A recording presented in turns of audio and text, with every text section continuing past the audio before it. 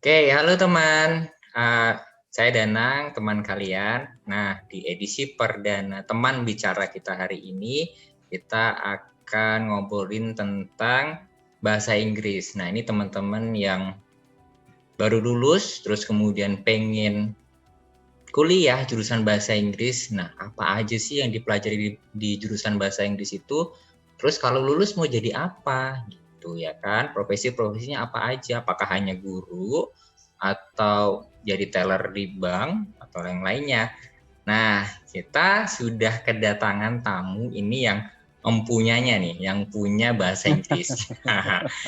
Beliau adalah Agus Priyadi MPD. Betul begitu, Pak? Siap, betul, Ya, Mas beliau Danang. beliau adalah Kaprodi. Kaprodi itu kepala program Ketua, studi. Ketua ya? ketua program. Maaf, ketua Ketuaan loh, program awas jangan studi ketuaan loh. bahasa Inggris Universitas Bina Sarana Informatika. Nah, ini saya yakin nih teman-teman udah tahu apa namanya Universitas Bina Sarana Informatika. Baik, Pak Agus, kita langsung ke pertanyaan pertama ya, Pak Agus ya. Siap, Mas Danang. Nah, Pak Agus setuju nggak kalau bisa bahasa Inggris itu penting untuk profesi apapun? Baik, terima kasih Mas Danang dan teman acara ya. Ya. Okay. Sebelumnya saya ucapkan Assalamualaikum warahmatullahi wabarakatuh. Waalaikumsalam. Selamat dan salam kenal buat selamat pagi dan salam kenal buat teman-teman semua viewersnya teman acara. Semoga acara ini bermanfaat, berkenan buat kalian semua gitu yang fresh graduate atau yang mungkin mau nanti mengasah keterampilannya, mengasah ilmunya, wawasan segala macam. Khususnya di Universitas Bina Sarana Informatika, program studi bahasa Inggris dan sastra Inggris. Ya. Boleh ya sedikit? Boleh dong. Oke. Baik, back to kembali ke pertanyaan Mas Danang barusan. Setuju nggak sih kalau misalnya bahasa Inggris itu akan bermanfaat buat semua bidang gitu ya? Oh, saya setuju banget. Gitu. Saya setuju banget karena memang basicnya bahasa Inggris itu bermanfaat, berguna, memiliki nilai faedah yang sangat baik di semua bidang. Contohnya paling gampang, paling mudah adalah pada saat teman-teman dan Mas Danang sendiri melihat contoh paling gampang iklan lowongan kerja deh.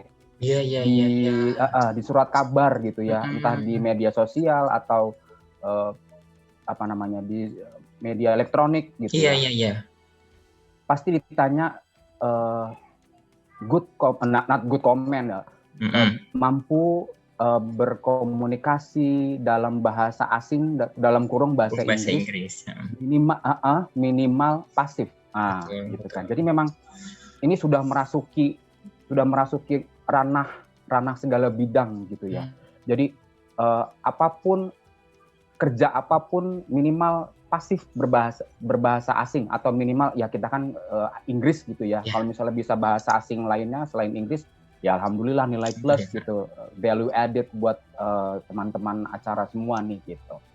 Ya saya setuju banget karena ratingnya juga sudah dilakukan research gitu ya oleh badan terkait bahasa, dan kebetulan saya tergabung dalam sebuah komunitas asosiasi English Studies seluruh Indonesia, bahwa memang prodi bahasa Inggris atau sastra Inggris atau linguistik lah gitu ya, pendidikan bahasa Inggris itu pasti bermanfaat khususnya untuk bahasa Inggrisnya di bidang-bidang yang akan mereka jalani itu Mas Danang.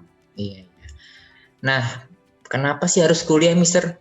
Kenapa nggak kursus aja atau nggak belajar otodidak gitu-gitu? Apa sih kelebihannya kita kuliah jurusan bahasa Inggris dibanding kita ambil kursus yang 3 bulan? Karena kan banyak tuh iklan-iklan bertebaran di billboard 3 bulan belajar berbahasa Inggris. Nah, apa sih yang membedakan kuliah dengan kursus-kursus begitu? Betul, siap, setuju. Ya, Mas Danang bilang katakan bahwa banyak bertebaran iklan gitu ya, atau advertising yang mempromosikan tentang yuk kursus bahasa Inggris di lembaga ini A gitu, atau lembaga B, lembaga C, dijamin 3 bulan cascisus bahasa Inggris gitu ya. Banyak banget, betul. Dan saya ya sebenarnya basicnya pada dasarnya saya sendiri tidak tidak memberikan kendala gitu, maksudnya menghalangi setiap lulusan gitu ya untuk apakah mereka ingin lanjut untuk kursus atau dengan jalur akademik yaitu kuliah gitu. Cuma saya kalau bisa kasih pandangan gitu ya, paradigma gitu ke teman-teman semua nih yang menyaksikan teman acara ini, sekedar memberikan wawasan mungkin nanti, tapi ini keputusan tetap ada di kalian, tetap ada di kalian dan orang tua tentunya, karena orang tua yang akan dominan sekali orang tua ya, peran orang tua. Betul, peran orang tua akan mendominasi ini. Pertama mungkin ini lebih kurang, jadi ada kelebihan, ada kekurangannya. Apakah kalian bisa kursus atau kuliah? Pertama kalau kuliah, kursus dulu deh ya, sesuai dengan Mas Danang tadi. Kursus dulu, pertama, satu, kalian akan memperoleh keterampilan yang memang khusus di jalur tersebut. Apakah kalian kursusnya atau lesnya gitu ya, lesnya mengambil tentang spesialisasi misalnya conversation misalnya. Iya, betul. Jadi ikut kursus yang program conversation class. Jadi total gitu ya, totalitas akan diasah kemampuan keterampilannya tentang conversation gitu. Itu kursus. Kelebihan yang kedua, program kursus ini instan, dalam artian 3 bulan, 4 bulan, 6 bulan, gitu. Jadi tidak seperti kalian kalau kuliah gitu ya, teman-teman semua, kalau kalian kuliah kan it takes 3 years gitu, bisa 3 tahun, bisa takes time banget tahun. ya. Takes time, ya betul, takes time, dan masih banyak tugas-tugas yang lain. Betul. Oke, ini untuk membandingkan antara kuliah dengan ke yang ketiga, kalau teman-teman semua, syukur alhamdulillahnya kalau kalian bisa kursus di tempat yang memang officially recognized gitu ya, from abroad gitu. Jadi misalnya yang khususnya di British Council atau di Uniprep atau mungkin di mana lagi, pokoknya yang officialnya itu langsung dari dunia internasional atau dari pusatnya gitu ya. Contoh misalnya TOEFL atau mungkin mau TOEIC atau mau IELTS atau mungkin mau BULAT yang dari Cambridge gitu kan, atau mungkin TKC atau yang lain gitu. Nah, itu perbedaan kursus. Ini kelebihannya. Sekarang kekurangannya. Sekarang teman-teman mungkin ini saya hanya kasih pandangan. Teman-teman mungkin bisa berpikir, Mas ya. Jadi pada saat nanti kalian melamar kerja, pasti yang ditanya setelah kualifikasi nomor 1, nomor 2, nomor 3, nomor 4, terakhir ditanya IPK, IPK minimal gitu ya, IPK minimal 2,90 atau 3,0 misalnya. Oke. Sekarang saya coba ke teman-teman semua. Apakah di lembaga kursus mereka akan mengeluarkan IPK? Standar IPK itu cuma di universitas ya, Pak ya? Betul, betul. Jadi secara akademik ya, jalurnya akademik, bukan jalur yang betul. Jadi bukan jalur yang kursus, karena nggak akan ada lembaga kursus yang berani mengeluarkan IPK selain akademik, jalur akademik, entah itu diploma atau universitas. Iya. Jadi teman-teman bisa terbuka wawasannya. Oh ini nih bedanya berarti antara kalau kelebihannya ini memang biayanya relatif murah. Tapi kalau teman-teman misalnya juga saya mau kasih pandangan tentang seumpama misalnya kalian teman-teman semua mau ambil profesi sebagai sworn translator misalnya. Itu biayanya Ini nggak sworn murah translation itu, juga Mister? sih. Sworn translator jadi jadi penterjemah yang tersumpah. Oh, I see. Ada jadi ada himpunan penerjemah Indonesia di situ. Kebetulan teman-teman dosen di Universitas Bina Sarana Informatika beberapa sudah ada yang tergabung ke dalam HPI tersebut dan menjadi penerjemah tersumpah juga gitu ya. Itu biayanya nggak murah loh, Mas Danang. Jadi menjanjikan nggak itu profesi itu, Mister? Sangat menjanjikan. Sangat menjanjikan. Karena ya tadi tidak seperti pepatah membeli kucing dalam karung ya. Betul. Jadi memang ada uang, ada harga, ada uang gitu. Jadi kalian teman-teman yang ikut profesi tadi misalnya mau mengasah atau meningkatkan kemampuan keterampilannya menjadi yang lebih higher level gitu, mereka akan ya sesuai bayaran gitu ya. Gitu. Jadi ya tadi misalnya basicnya tadi dari kursus, kemudian kalian ingin meningkatkan kemampuan ikut yang profesi, ya biayanya mahal juga sih gitu ya, ketimbang harus ikut kuliah. Betul. Jadi tadi kembali lagi, pasti di lowongan kerja di terakhirnya ditanya minimal IPK, nah kebentur di kualifikasi yang nomor sekian tadi tentang IPK. Karena lembaga kursus nggak akan berani ngeluarin IPK, betul ya Mas ya? Iya. Betul, berarti bisa kita simpulkan tergantung dari tujuan masing-masing ya. Artinya begini, betul. Kalau memang dia ingin totalitas terjun di bidang pekerjaan nanti yang fully menggunakan bahasa Inggris sebagai base knowledge-nya dia, nah ya memang harus kuliah gitu kan, mau tidak mau.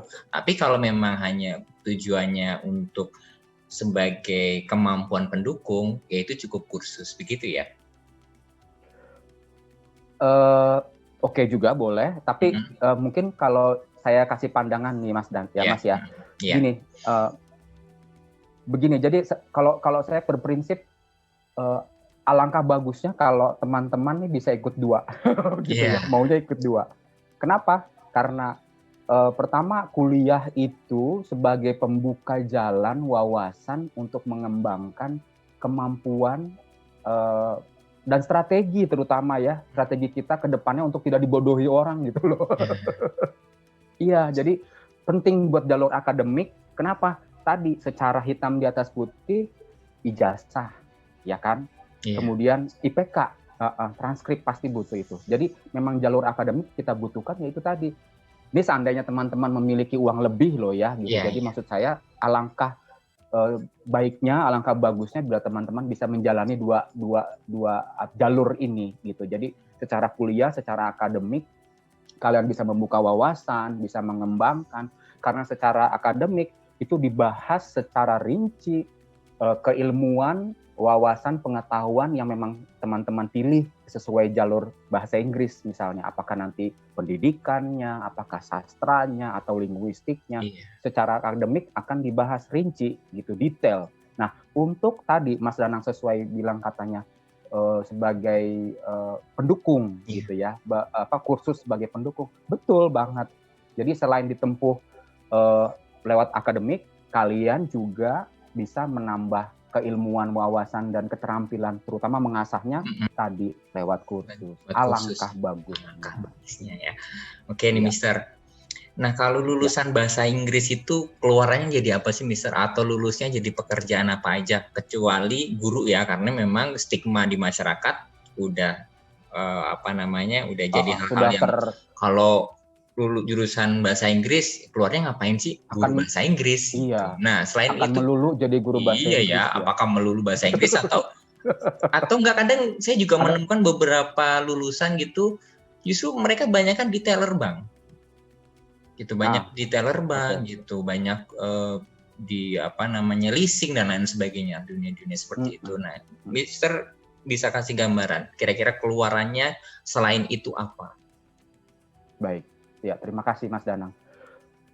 Pertama kita mungkin harus tahu dulu tujuan dari teman-teman calon mahasiswa nih yang fresh graduate mau mau tujuannya apa, seperti tadi Mas Danang saya kutip, ini dia punya tujuan apa nih ke depan gitu loh. Apakah mau jalur yang tadi mau bekerja sebagai apa, mau berkarir sebagai apa. Nah, dari pertama sih dari tujuannya dulu. Apakah dia berminat ke bahasa gitu ya, ke bahasa Inggris nih, karena kemampuan literasi, kemampuan linguistik orang-orang berbeda. Ada yang memang basicnya tanpa harus belajar bahasa Inggris, bahasa gitu ya, kebahasaan. Dia sudah punya insting gitu loh. Ya itu tadi. Basic ya lah ya. Iya, kecerdasan kemampuan basic bawaannya dia gitu ya.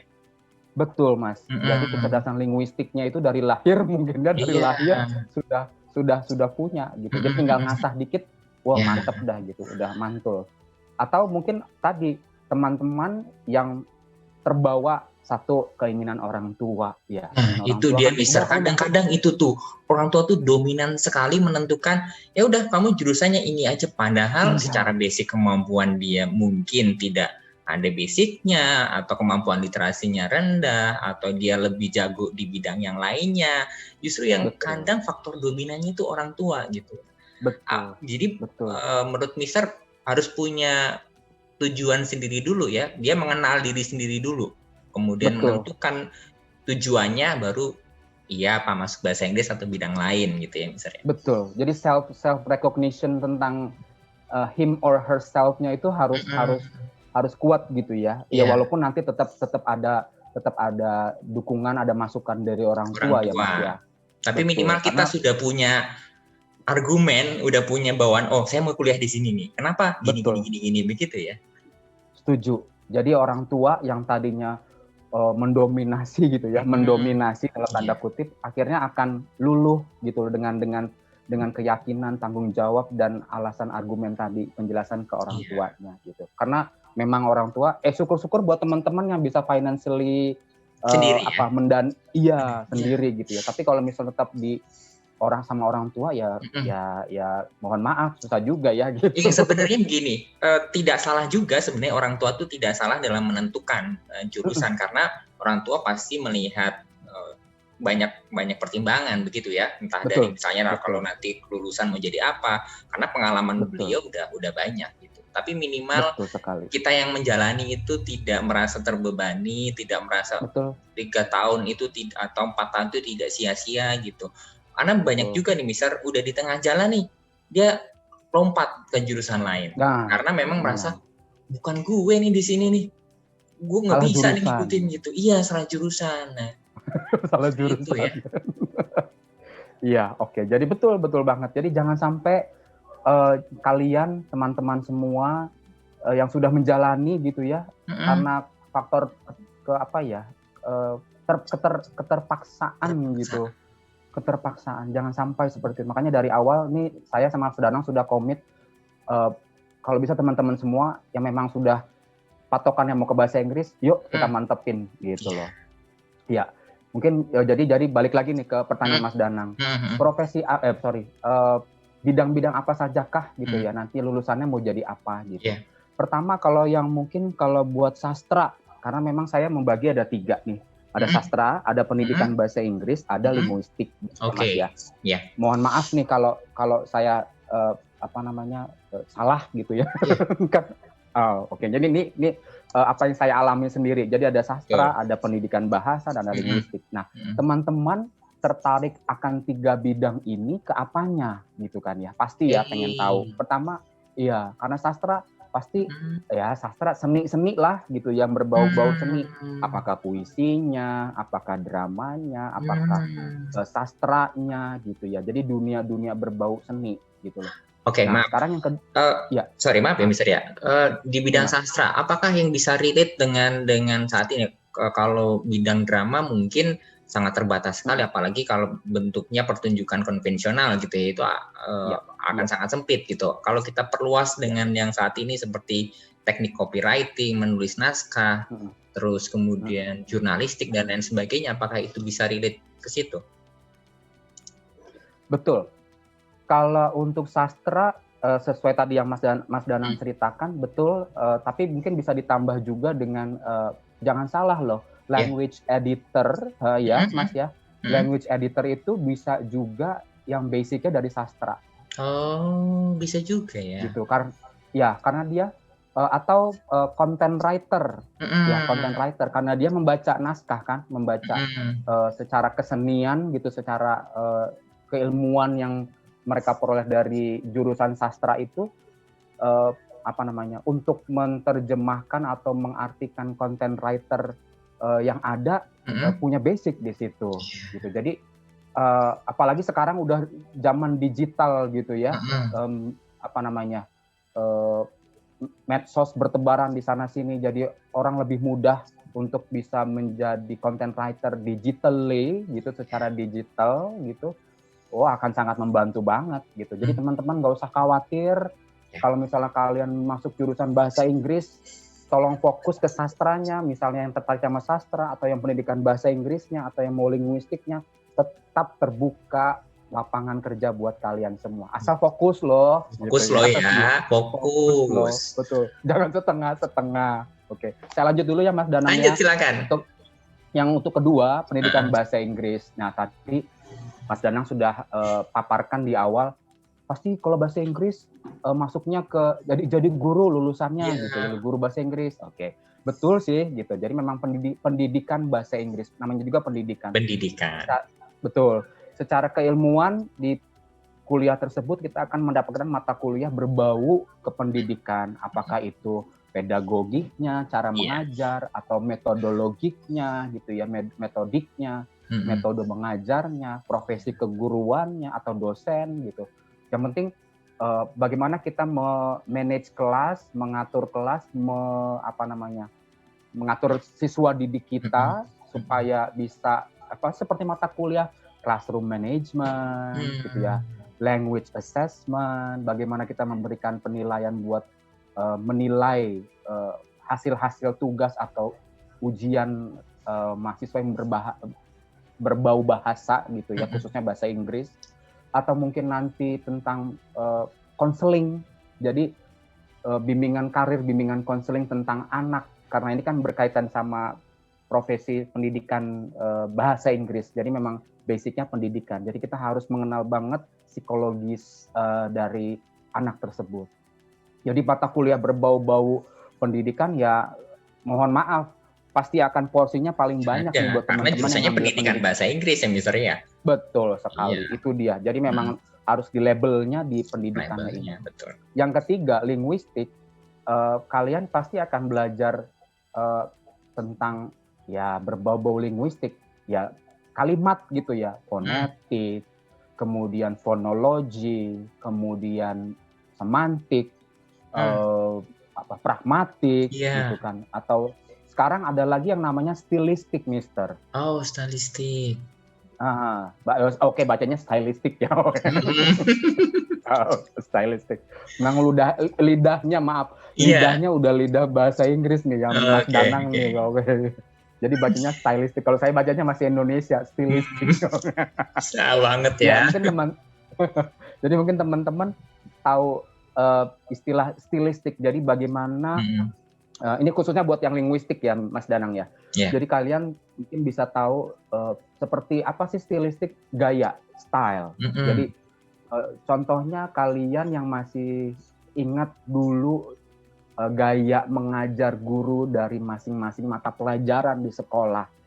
Pasti kan hafal, oh Bu ini kalau ngajar bahasa Indonesia seperti ini gayanya, mulai dari masuk terus kemudian bercakap-cakap dengan persepsi dengan siswanya. Terus Pak siapa, misalnya Pak X misalnya mengajar mata pelajaran sejarah, ciri khas beliau ngapain sih? Nah, itu dia. Jadi kita belajar stilistik ya, tentang gaya-gaya, ciri khas, stylenya itu berbau-bau ke arah situ gitu loh. Nah, jadi ada 3 bidang yang tadi, apakah kalian mau kemana nih? Nah, ini akan berujung di profesi atau di lulusan nantinya mau jadi apa sih? Pertama, kalau buat bahasa Inggris sih, atau buat sastra Inggris, yang pasti profesi kalian nggak akan jauh-jauh, tetap menang di translator. gitu ya, Okay. atau interpreter ya Mas Danang ya. Ya. Kalau translator kan secara tertulis gitu ya, kalau interpreter secara orally speaking gitu ya. Nah, ntar terserah kalian mau yang lebih ke interpreternya, lebih nyaman ke interpreter atau ke translator. Itu profesi yang udah jagoan deh gitu ya buat jurusan bahasa Inggris. Jurusan bahasa Inggris, sastra Inggris ya misalnya.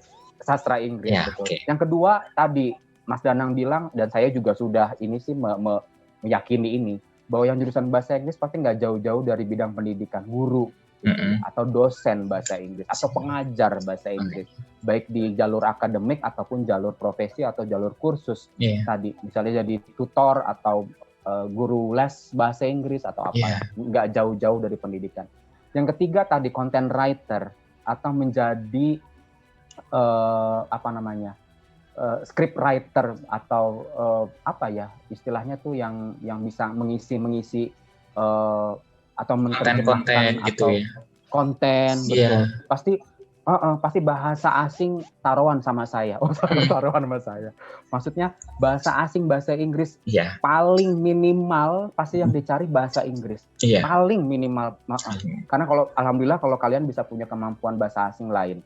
Terus yang keempat, lulusannya akan jadi apa? Jadi tadi penulis atau pembuat cerpenis gitu ya. Kalau misalnya kalian novelis gitu misalnya. Novelis, iya betul.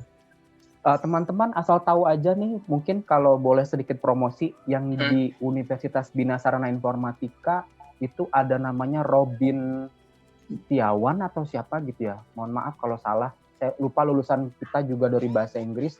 Itu sekarang menjadi novelis terkenal. Robin Wijaya kalau tidak salah. Robin Wijaya, betul, mohon maaf. Robin Wijaya. Itu karyanya kalau teman-teman bisa beli di Gramedia atau toko buku, sebut nama produk, nggak apa-apa ya. Nggak apa-apa. Oke, jadi nggak apa-apa ya. Atau di toko di toko buku lainnya gitu, kalian bisa peroleh dengan itu memang lulusan kita yang novelis ini, Robin Wijaya ini luar biasa. Sangat banyak sekali. Saya punya 2 bukunya, 2 novelnya. Nah, saya suka sekali dengan gaya menulisnya, cara berceritanya. Betul, diksinya, keindahan diksinya ya, betul ya. Apa sih imajinasinya itu bagus banget gitu. Saya juga bingung orang bisa begitu ya. Nah, mungkin teman-teman yang ahli memang senang sastra gitu, suka bisa menulis gitu ya. Menulis, betul. Suruh bikin cerita tentang ini cepet banget gitu loh. Jadi nggak usah mikir-mikir lagi, langsung cet. Jadi yang jago bikin caption di Instagram ya, Mister ya. Di Instagram tuh captionnya yang puitis gitu, kenapa nggak diasah sekalian ya? Nah, betul sekali. Jadi ini jangan salah loh. Jadi teman-teman bisa jadi profesi juga buat kalian.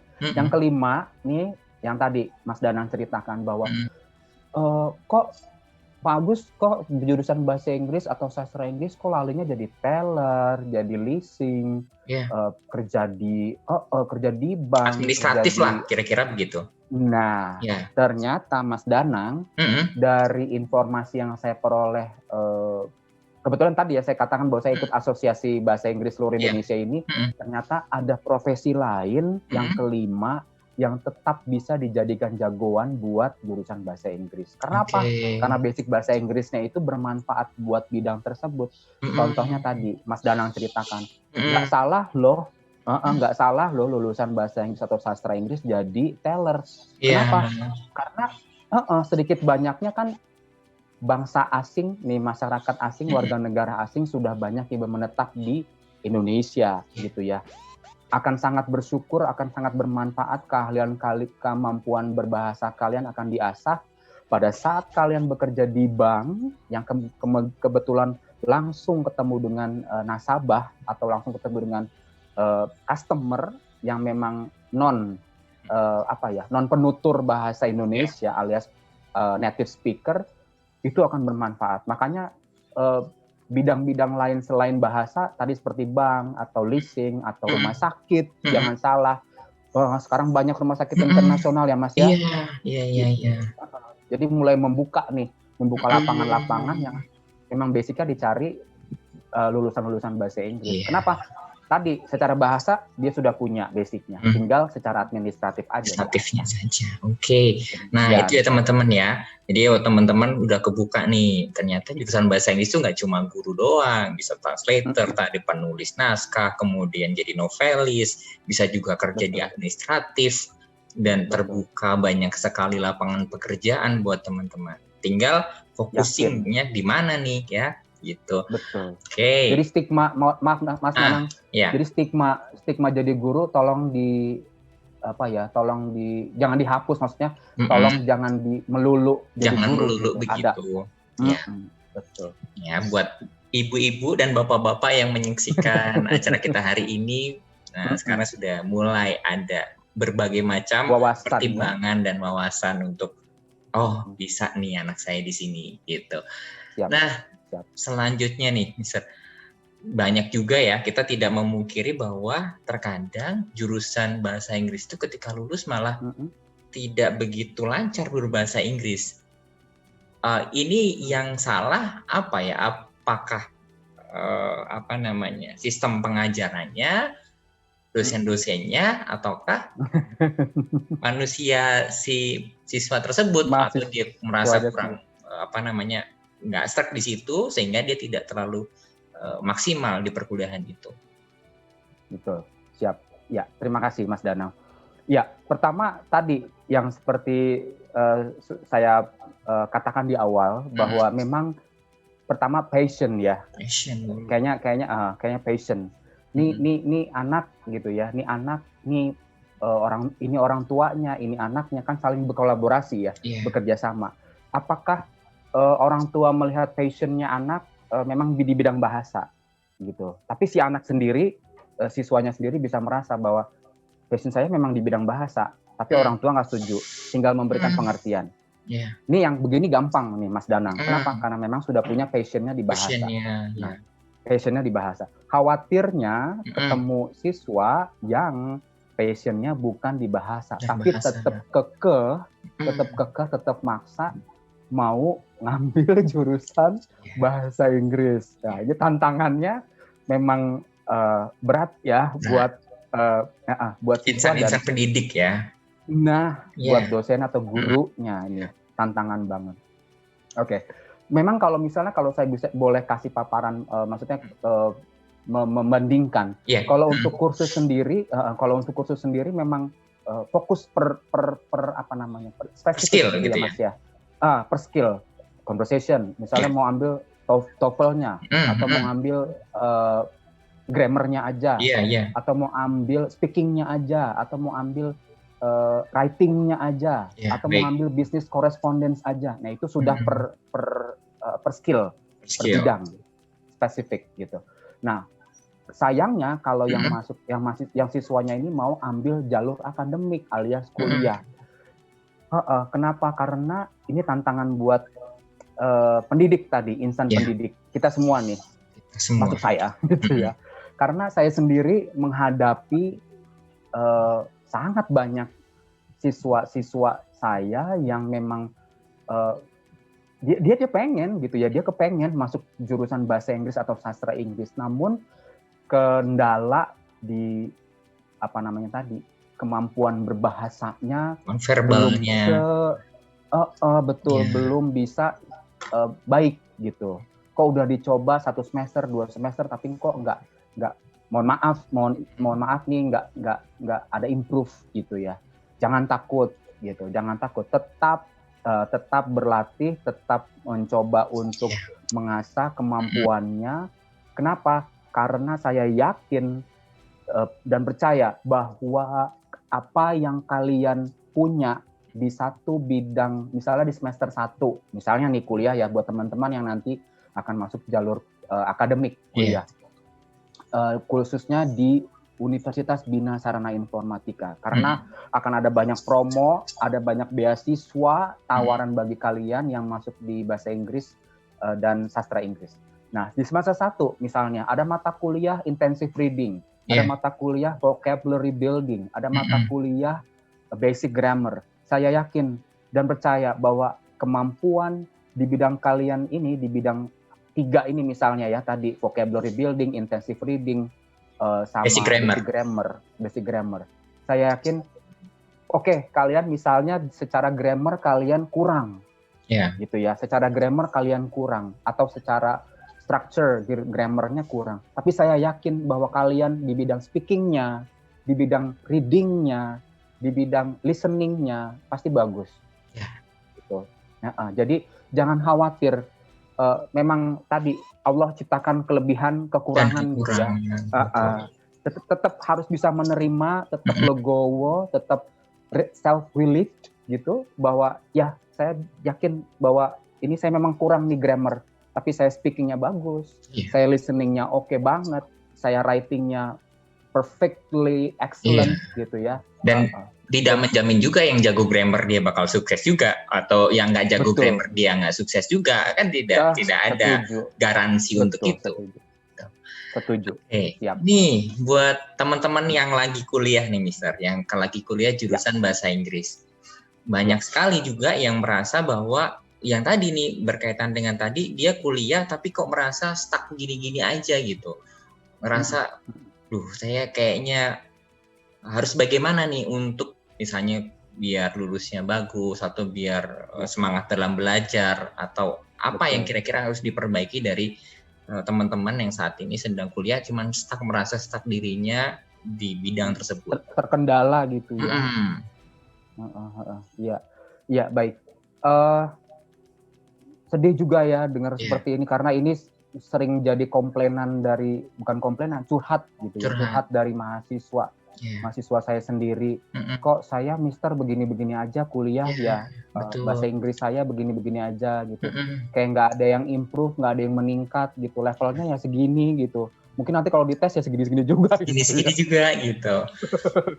Ya, tapi mohon maaf teman-teman semua yang saat ini sedang berkuliah jurusan sastra Inggris atau bahasa Inggris, jangan patah semangat, jangan patah arang, jangan kecil hati gitu ya. Karena ini berbeda banget dengan dulu saya kuliah bahasa Inggris gitu ya. Medianya terlalu sempit, terlalu kecil.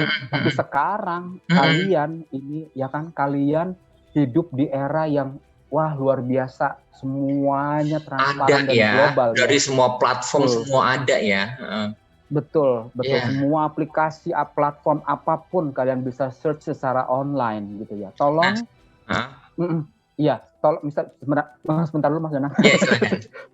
Tolong kalian libatkan ya gitu, involve diri kalian sendiri. Apakah mau yang senang ketemu dengan kopi darat gitu, misalnya ketemu dengan jumpa orang banyak, kalian bisa bergabung dengan satu komunitas di daerah Senayan, itu di daerah Senayan setiap hari Selasa, Kamis, Jumat itu pukul sehabis maghrib lah ya, habis maghrib itu sampai dengan pukul 9 malam, kalian bisa improve di situ, bisa bergabung dengan komunitas penutur bahasa asing atau polyglot. Nah, nanti ada polyglot. Nah, jadi jangan khawatir teman-teman, kalian tetap bisa berinteraksi, bisa mengasah kemampuan kalian dengan tadi apa yang untuk bahasa Inggris tuh hari apa gitu, kalau nggak salah yang bahasa Jerman, Prancis hari apa gitu.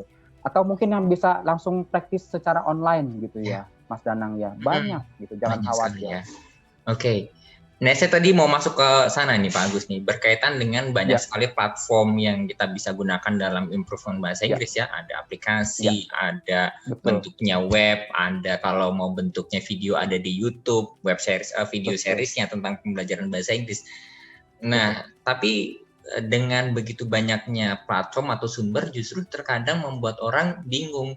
Ini kira-kira start dari mana nih? Start dari menggunakan platform yang mana dulu nih untuk saya bisa ya minimal mengerti basicnya bahasa Inggris, atau saya merasa nyaman dalam belajar bahasa Inggris. Nah, dari Mr. Agus sendiri ada saran nggak kira-kira mau memanfaatkan platform yang seperti apa yang kira-kira bisa menumbuhkan motivasi sekaligus belajar tentang basic bahasa Inggris itu? Siap, baik Mas Danang, terima kasih. Mungkin perhatian buat teman-teman juga semua yang sudah terjun ke dunia bahasa Inggris atau yang mau terjun ke dunia bahasa Inggris, kira-kira hal pertama yang menjadi inceran saya apa sih gitu ya. Pertama, kalian ke passionnya dulu. Hobi kalian apa sih? Oh gitu iya. loh. Hobi kalian apa sih? Senang musik kah? Mm-mm. Senang baca kah? Senang berpuisi kah? Iya. Senang menulis kah? Gitu ya? Atau tadi listening gitu, atau senang bergabung dengan satu komunitas yang passionnya sesuai kalian gitu loh. Pertama itu, yang kedua biaya. Ya biaya. Ya, ini biaya juga jadi faktor pertimbangan loh ya Mas ya. Karena buat apa kalian ikut satu komunitas atau satu aplikasi atau satu platform yang biayanya mahal banget gitu, tapi nggak improve, nggak cocok, nggak you're not sesuai banget dengan gitu. diri, nggak lo banget gitu ya ibarat kata ya. Betul, nggak lo banget. Mohon maaf ya, maksudnya nggak lo banget gitu. Sayang biayanya tadi gitu. Jadi memang pertama kalian cari apa sih hobi kalian, apa sih yang menjadi ketertarikan kalian gitu loh. Yang senang puisi gitu ya, nanti bisa bergabung dengan satu platform atau aplikasi yang memang tune in di bidang puisi atau menulis cerpen atau novel atau listening banyak sekali. Jadi kalian lihat dulu gitu ke dalam diri kalian gitu. Kayaknya lebih worth it ya kalau gitu ya Mas ya. Lebih ke melihat ke diri sendiri, kira-kira gue yang cocoknya yang mana gitu ya. Karena belajar itu nyaman-nyamannya ya Mister ya. Nggak bisa kita paksakan dengan satu metode tertentu tapi kita sendiri tidak nyaman gitu. Betul, setuju banget. Siap. Oke.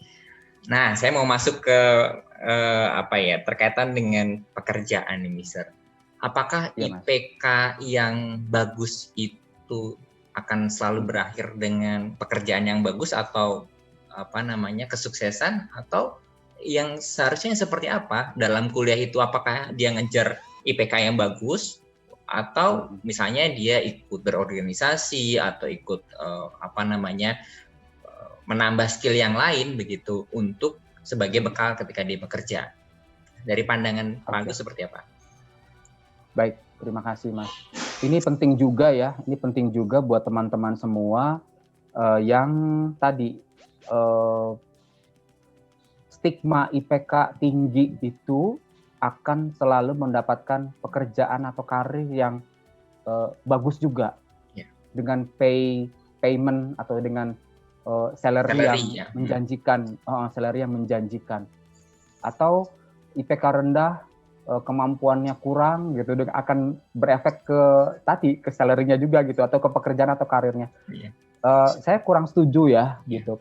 Kalau saya pribadi kurang setuju karena beberapa anggapan dan wawasan yang saya cari, tanya sini tanya sana gitu, kemudian baca-baca banyak referensi, ternyata nggak berhubungan gitu loh.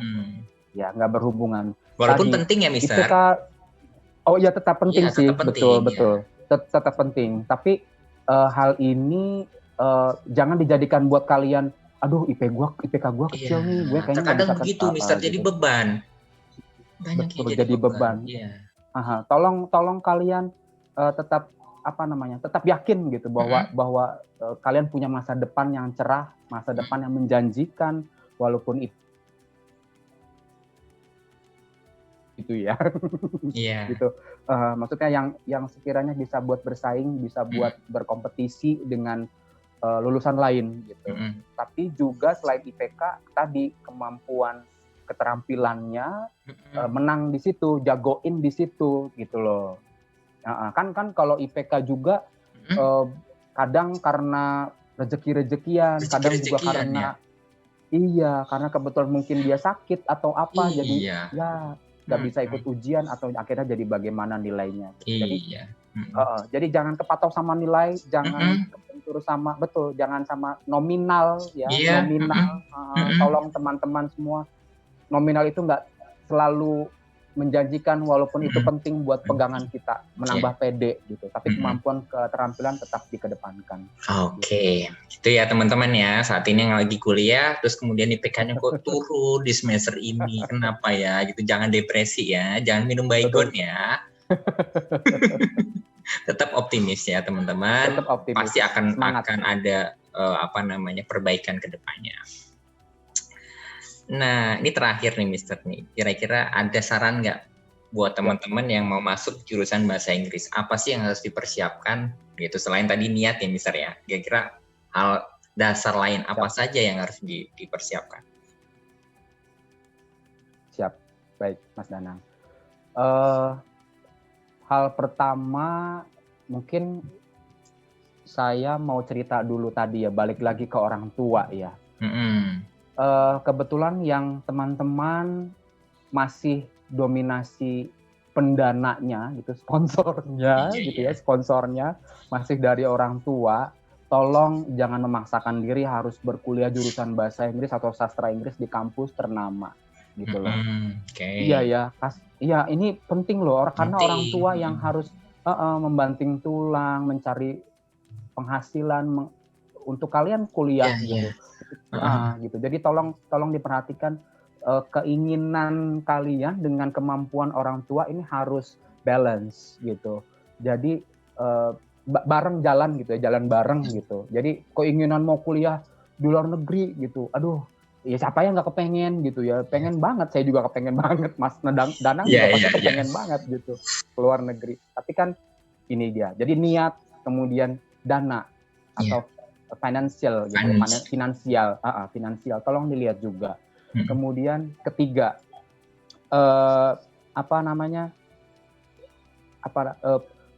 tolong lihat kemampuan kalian gitu ya, kepingin kuliah di kampus yang tinggi yang labelnya keren, tapi kemampuan kalian karena ini kan tes ya Mas Danang ya, karena ini tes, jadi tolong jangan sia-siakan uang yang sudah keluar untuk tes tadi. Untuk tes tadi gitu.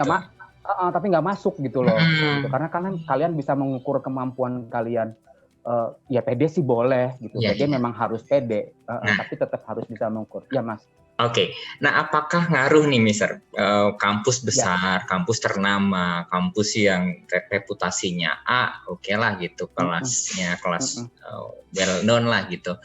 Apakah menjamin dia bakal menjamin keberhasilan dia kuliah, atau memang tergantung lagi ke baliknya si siswa-siswa itu juga gitu? Ya, siap, setuju. Kalau saya berpahaman bahwa kampus dengan label outstanding gitu ternama gitu akan menjamin kalian karir, memiliki peluang prospek karir, peluang karir, pekerjaan yang menjanjikan. Enggak. Karena ujung-ujung di situ, Mister. Ujungnya kuliah kan nanti karir yang menjanjikan kan, gitu. Setuju, betul. Tapi kalau saya berpahaman, ini saya pribadi berpahaman, tolong nih teman-teman juga semua berpahaman seperti saya gitu ya. Kalau bisa. Kenapa? Karena kalian kuliah tinggi-tinggi di kampus ternama, di kampus bagus dengan akreditasi predikat A+ misalnya, tapi tidak ditunjang dengan kemampuan kalian, dengan keterampilan kalian, dengan nilai akademik kalian yang baik. Oh no, sorry, mohon maaf ya, kalian nggak akan bisa gitu loh. Tapi jangan salah, kalian yang bisa berkuliah di kampus biasa saja, kemampuan kalian jauh melebihi teman-teman yang tadi kuliahnya di kampus ternama. Oh, percaya sama saya, pasti kalian akan dapat karir yang lebih baik, yang menjanjikan, yang bagus gitu. Jadi jangan mengecilkan hati kalian sendiri bahwa, aduh ya Allah, saya kuliah kok di kampus begini ya, gimana masa depan saya? No, tetap percaya. Pertama sih memang percaya sama Yang Maha Kuasa bahwa beliau yang akan memberikan kita rezeki ke depannya. Itu satu, tetap yakinkan itu. Yang kedua, asah kemampuan keterampilan kalian dimanapun kalian berkuliah, dimanapun kalian belajar, jangan takut gitu ya, bahwa apa yang sudah kalian perjuangkan, apa yang sudah kalian korbankan pasti akan berhasil nantinya gitu. Ya. Nah tapi kan terkadang begini Mister, perusahaan besar itu terkadang meminta atau dia mensortir berdasarkan dari lulusan dari mana nih. Jadi kan biasanya yang lulusan yang dari well known gitu, ada yang standing tadi, biasanya dia akan CV-nya akan dilihat. Tapi kalau dari universitas yang misalnya tidak well known, biasanya ya kadang tersisih karena saking banyaknya yang lowongan yang masuk nih misalnya. Nah, kira-kira strategi apa yang harus disiapkan oleh mahasiswa untuk bersaing dengan teman-teman yang memang dengan kondisi keadaan yang seperti itu gitu. Betul. Iya, sayangnya begitu ya Mas ya. Iya. Banyak perusahaan-perusahaan atau kantor atau instansi yang membawa label label nama alumni atau label stigma bahwa kampus A ini lulusannya lebih baik pasti dibanding bagus itu ya. Gitu. Jadi langsung disortir, dipilih gitu ya, masuk ke dalam kualifikasi atau lolos kualifikasi berkas gitu. Sedangkan yang kampus biasa-biasa aja disingkirin gitu. Aduh, tolong perusahaan-perusahaan atau kantor yang lain tolong jangan perlakukan kami, perlakukan teman-teman semua yang memang tidak berkuliah di kampus berlabel nama tadi, jangan lakukan seperti itu. Tolong be fair, be transparent gitu. Nggak semua seperti itu loh gitu. Jadi nggak semua kampus yang berlabel nama tadi besar tadi, membawa nama besar tadi, punya kualifikasi yang jauh lebih baik ketimbang yang hanya kuliah di kampus biasa-biasa aja. Tolong jangan seperti itu. Pertama, saya menghimbau kepada perusahaan atau instansi kantor yang punya stigma seperti itu. Tolong dong, jangan dong kayak gitu. Perlakukan kami dengan fair. Yang kedua tadi, tetap bersaing, tetap sehat, tetap bertanggung jawab dengan apa yang kalian sudah pilih di jurusan bahasa Inggris tadi, walaupun kalian hanya kuliah di kampus yang biasa saja gitu ya. Ya let's say biasa saja, maksudnya tidak sebagus yang berlabel tadi, yang bernama tadi, reputasi. Tetap bisa meningkatkan kemampuan, keterampilan kalian untuk bisa, bukan untuk mengalahkan orang, tapi tujuan memang untuk membekali diri sendiri, memperkaya diri sendiri gitu Mas. Oke. Mungkin kalau saya boleh menambahkan, dengan berbagai ikut komunitas, dengan berbagai ikut misalnya seminar atau pelatihan-pelatihan yang meningkatkan kualifikasi dan itu dibuktikan dengan berbagai sertifikat kelulusan, itu mungkin bisa jadi bahan pertimbangan juga kepada seorang HRD dalam membandingkan lah. Oke lah, dia dari universitas yang biasa-biasa, tapi lihat dong aktivitas di luarnya apa, aktivitas pendampingnya apa, kualifikasi penambahnya apa, begitu ya Pak ya. Jadi memang harus didorong sama kegiatan-kegiatan seperti itu. Nah, kebetulan di BSI, di Prodi Sastra Inggris Bahasa Inggris, kami sudah bekerja sama banyak nih dengan instansi-instansi yang khususnya untuk membekali mahasiswa khusus untuk SKPI ya Mas ya. Surat keterangan pendamping ijazah. Berkaitan SKPI juga nih. Nah, gitu. Jadi memang sudah kami persiapkan jauh-jauh hari dengan bekerja sama MOU dan MOA loh. Bukan hanya MOU doang, tapi MOA sudah agreement ya. Itu dengan native dari lembaga-lembaga yang internasional punya.